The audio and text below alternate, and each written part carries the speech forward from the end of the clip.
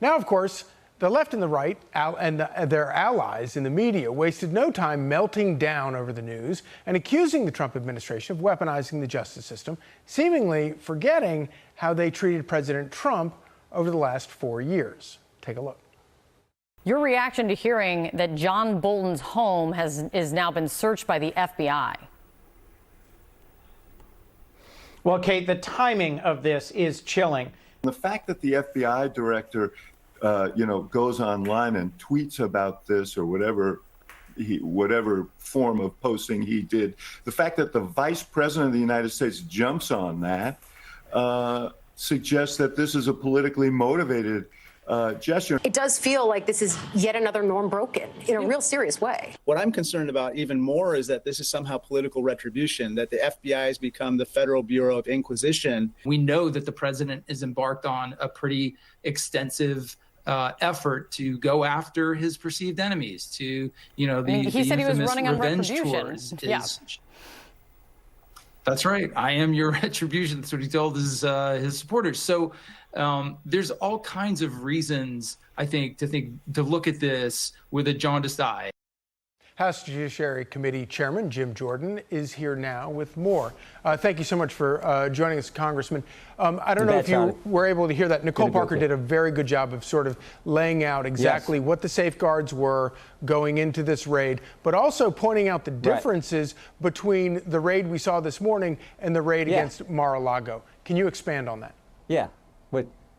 No, I think Nicole's exactly right. I don't know how this went down today, but you're right. The press wasn't there. There wasn't all this, the big scene that it was 3 years ago this month when they raided President Trump's home. I think the big takeaway, though, is think about what we've learned in the last 4 weeks. Because of the good work of the Attorney General, of Director Patel, of ODNI Director Tulsi Gabbard, think about what we've learned. We learned that Jim Comey and his chief of staff were leaking classified information. Right. We learned that a whistleblower has come forward and said Adam Schiff was leaking classified information. We learned from Tulsi Gabbard that there's another whistleblower who said that they changed the intelligence community assessment. They changed the report to say something different back before President Trump even took office, between Election Day 2016 and Inauguration Day. And now we learn that change, by the way, Charlie, was done by Brennan and Clapper at their urging. The report was changed back then. And now we learned today that John Bolton mishandled classified information. So you got Comey,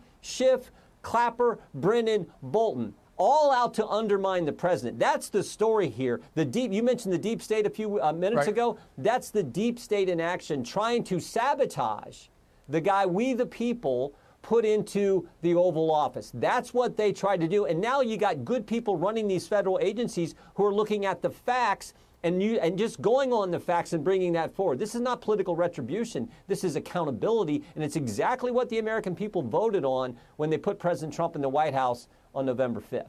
Okay, and so I think it's so interesting. Those forces operated throughout President Trump's first term. They continued to operate for the entire 4 years of the Biden administration. Have they been neutered now? Have those forces been silenced? Have they been broken? Well, I do think it was interesting what Greg said as well. The arrogance of these individuals. We actually deposed Mr. Clapper and Mr. Brennan last Congress on a different issue. Remember, they also signed that now famous letter, the 51 former intel officials who think they're so much smarter than us hillbillies in flyover country, signed the letter saying the laptop wasn't real when they knew it was. The FBI had the laptop. So we deposed. But yeah, these guys are all think they're better than us. Now, President Trump has taken their security clearances, which I think is a good first step. Right. And we'll see what happens. We know that Attorney General Bondi is looking into the issue Tulsi brought forward, the changing of this intelligence community assessment in 2016 and 2017. I think Mr. Brennan said things to Trey Gowdy in a committee hearing. I think he may have said things to us in our deposition last Congress that don't make sense. So I'm glad she's investigating that. And I'm glad Mr. Bolton, if he in fact kept classified information. You know what this sounds like, too? This is what Joe Biden did. Joe Biden kept classified information at his home because he was writing a book. We had that hearing with Special Counsel Hur, and we asked Mr. Hur, and there were 8 million reasons why Joe Biden kept that classified information, because that's the advance he got for the book that he was writing. It looks like John Bolton may have been doing the exact same thing. So God bless these great people who are now head of these agencies who are getting to the facts and bringing it forward. And if people need to be indicted, that's going to be up to the Attorney General's office, or the Justice Department, and I have complete confidence in them. And of course, we also know that the only reason that Joe Biden wasn't charged is because he was A, president, and B, he was too mentally incompetent to stand trial for those things. So, Jim Jordan, thank you so much for joining us.